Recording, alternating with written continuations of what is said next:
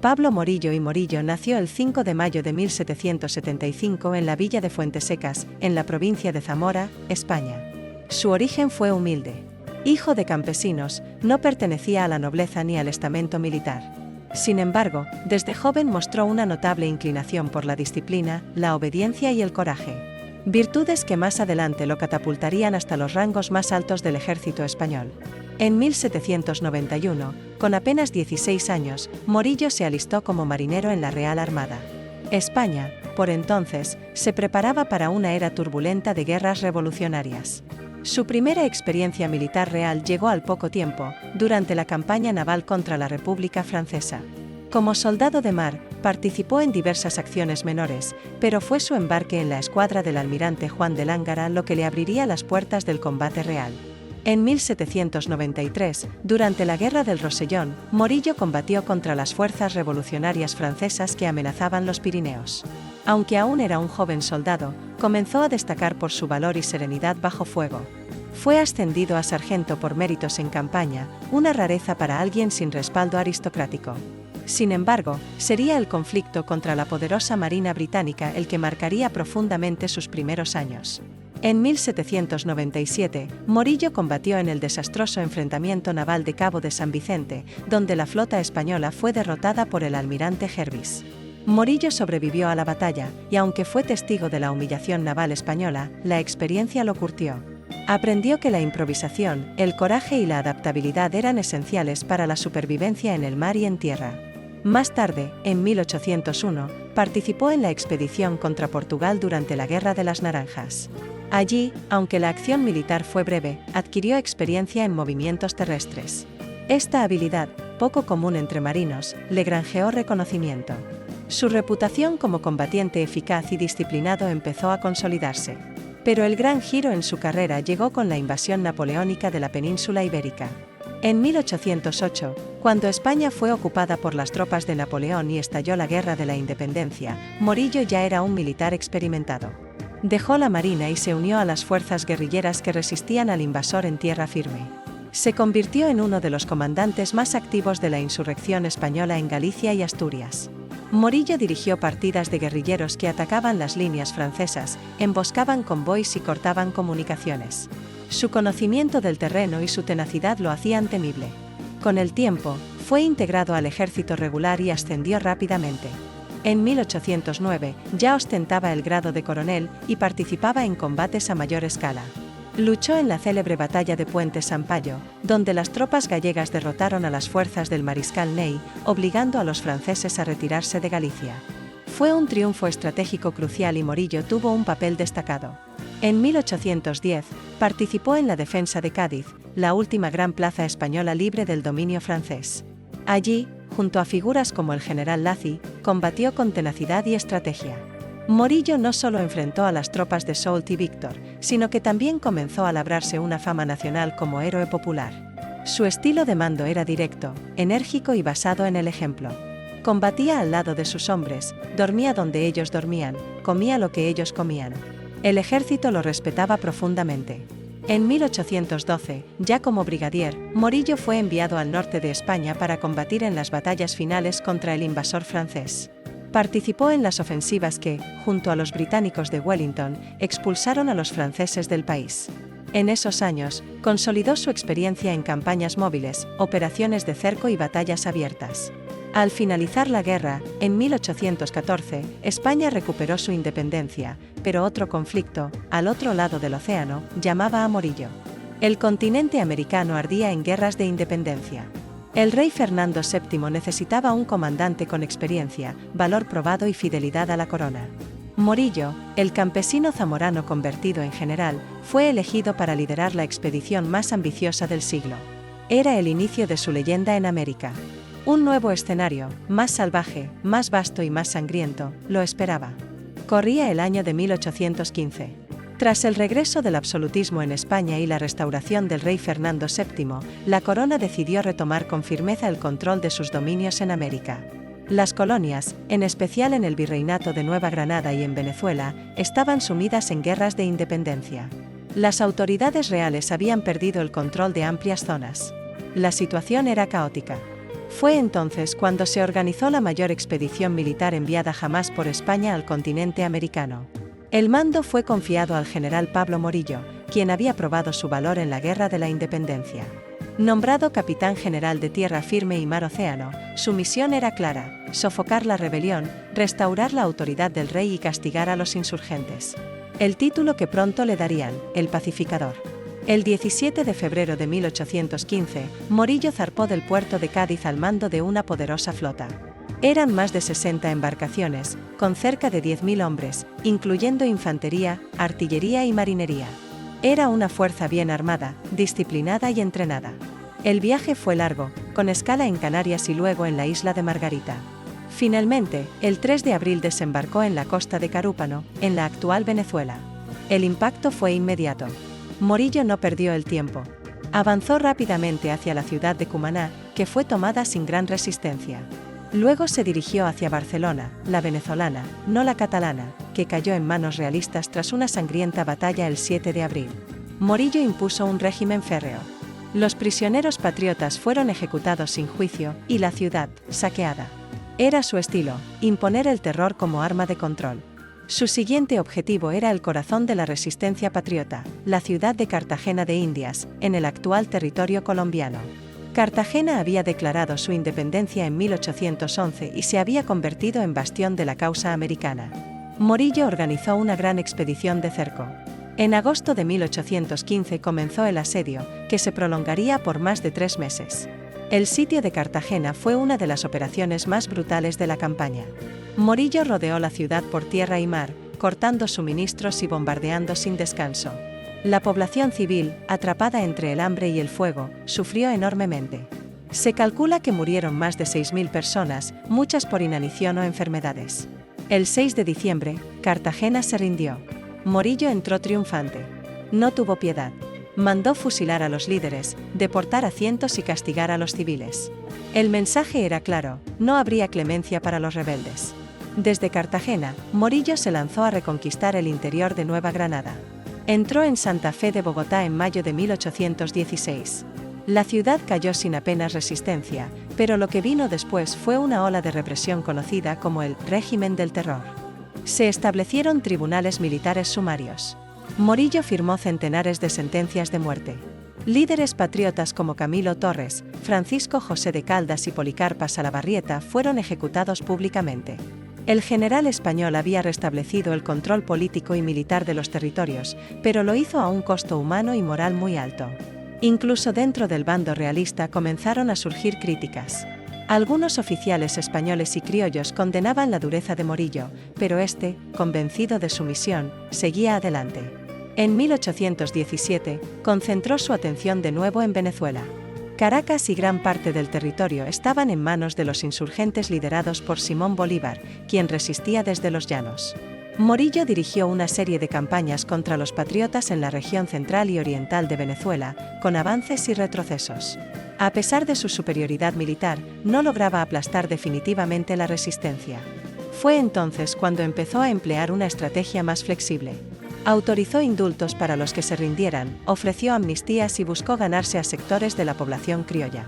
Pero la violencia no cesó.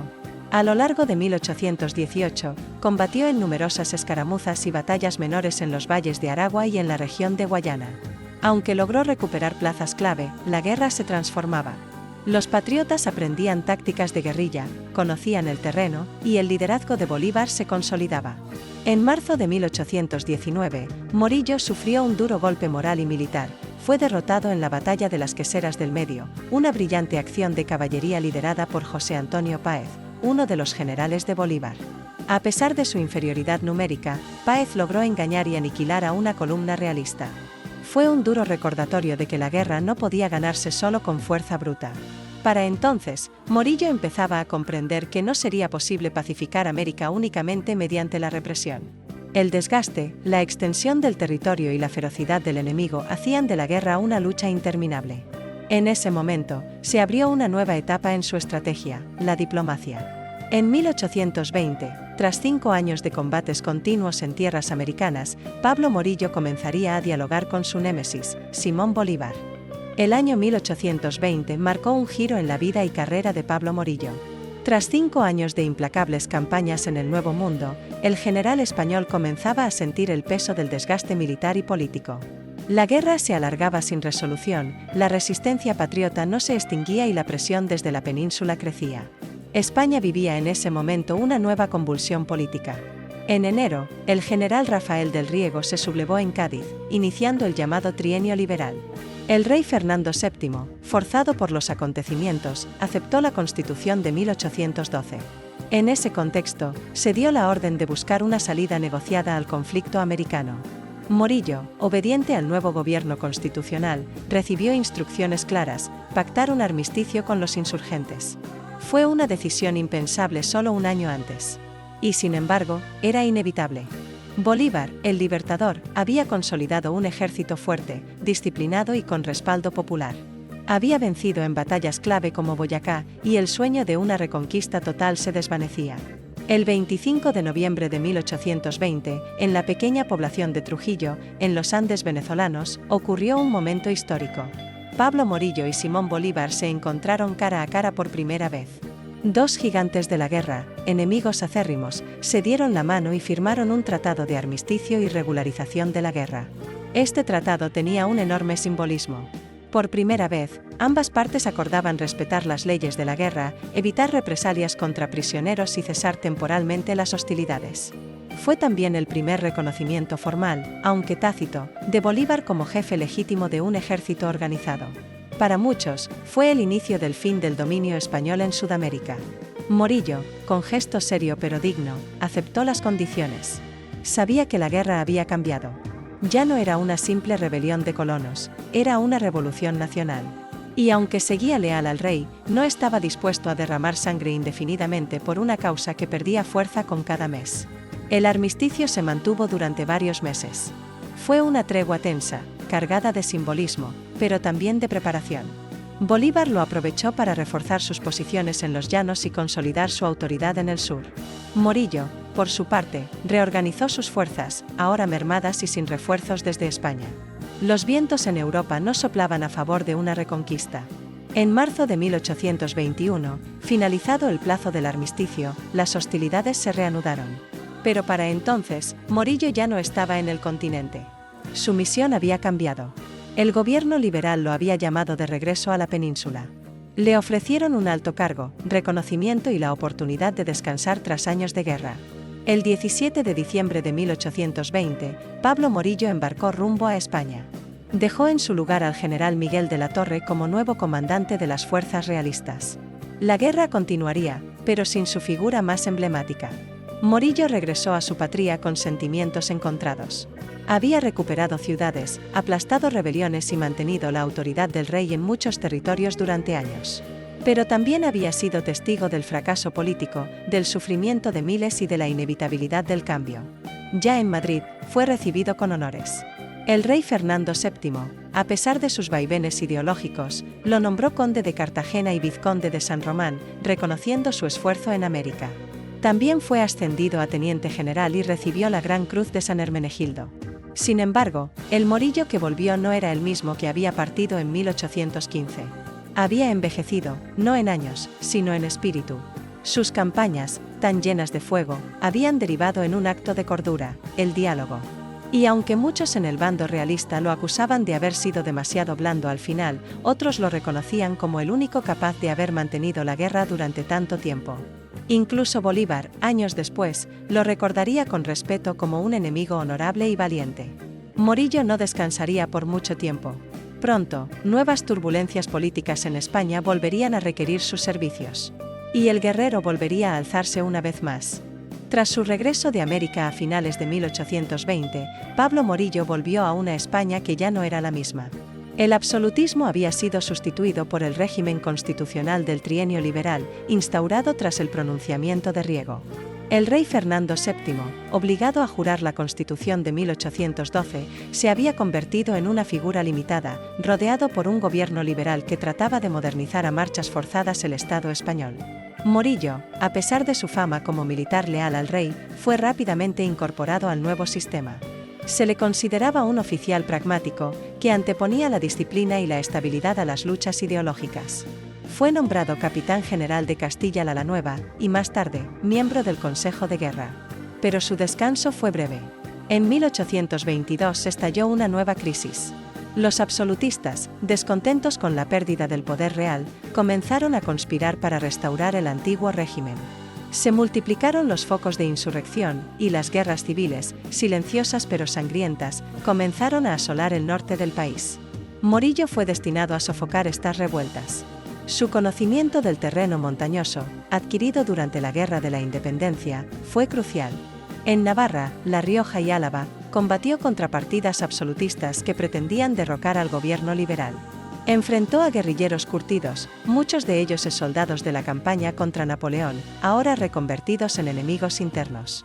Las operaciones eran arduas, pequeños combates, emboscadas, asedios de aldeas fortificadas, todo en un ambiente de odio ideológico y traiciones. Morillo actuó con firmeza, pero también con moderación.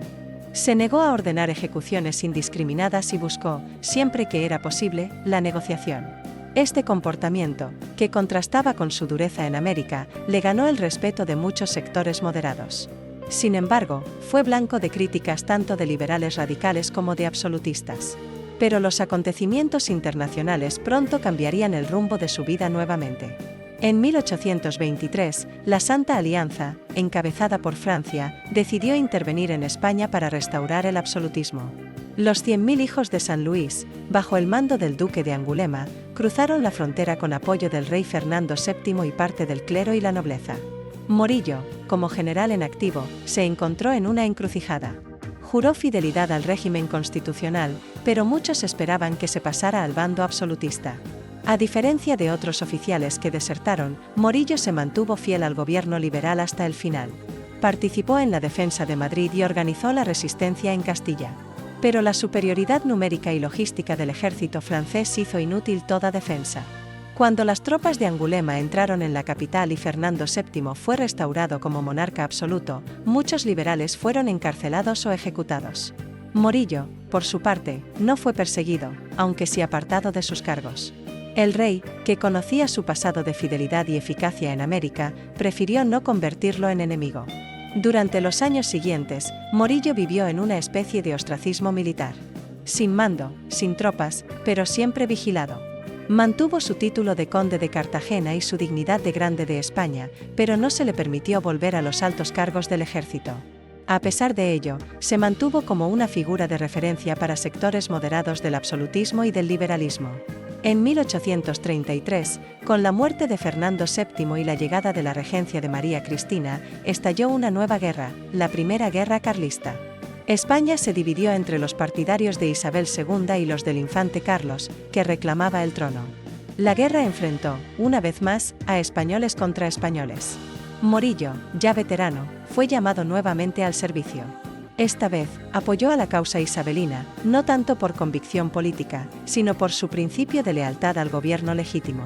Fue asignado al Frente Norte, donde los carlistas eran más fuertes.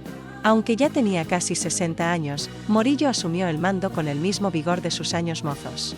Participó en campañas en Navarra y el País Vasco, enfrentándose a enemigos que usaban tácticas de guerrilla muy similares a las que él mismo había usado décadas antes. Combatió en acciones en las sierras de Orozco y en los valles de Guipúzcoa. Aunque no dirigía grandes batallas como antaño, su experiencia fue clave para reorganizar las milicias isabelinas y mantener la moral de las tropas. En 1836, durante una campaña en el norte, fue herido en combate en una acción menor cerca de Bilbao. A pesar de la gravedad de la herida, se negó a abandonar el frente de inmediato. Solo cuando la fiebre y el agotamiento lo obligaron, regresó a Madrid. Sus últimos años estuvieron marcados por la enfermedad, pero también por el reconocimiento final de una vida consagrada a la guerra. El anciano general había combatido contra franceses, ingleses, patriotas americanos, absolutistas y carlistas. Había luchado en 3 continentes, dirigido ejércitos y firmado tratados de paz. Su figura, compleja y contradictoria, simbolizaba el siglo convulso en el que le tocó vivir.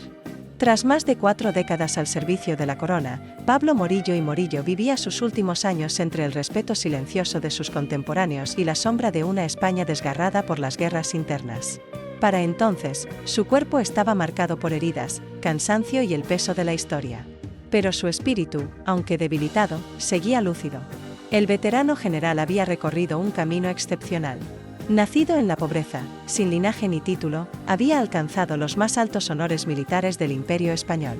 Había combatido en los mares contra la poderosa Armada británica, luchado contra Napoleón en la península, dirigido la más grande expedición militar al continente americano y enfrentado guerras civiles en su propia patria.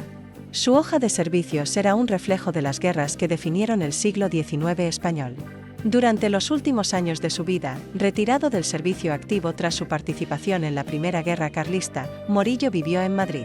A pesar de su condición de grande de España y conde de Cartagena, su estilo de vida era austero. Se mantenía alejado de la vida política, aunque recibía visitas de oficiales, diplomáticos y jóvenes militares que buscaban consejo o simplemente querían conocer al legendario pacificador de América. No escribía memorias, ni buscaba justificaciones. Su vida hablaba por sí sola, marcada por el deber, la disciplina y una lealtad inquebrantable al orden institucional, fuera bajo el absolutismo o el régimen constitucional. Para Morillo, lo importante no era el sistema, sino la unidad y la estabilidad del Estado. A pesar de haber sido considerado un represor en América por los movimientos independentistas, particularmente en Venezuela y Colombia, donde su nombre fue sinónimo de mano dura, también fue respetado por sus adversarios. El propio Simón Bolívar reconoció en más de una ocasión el valor y la integridad de Morillo, y nunca lo incluyó entre los enemigos a los que consideraba traidores o criminales. Fue, para Bolívar, un rival digno. Su legado militar fue también reconocido por el ejército español. En los años posteriores a su muerte, diversas unidades llevaron su nombre, y se le recordó como uno de los últimos grandes generales formados en el crisol del antiguo régimen, pero activos hasta bien entrado el mundo moderno.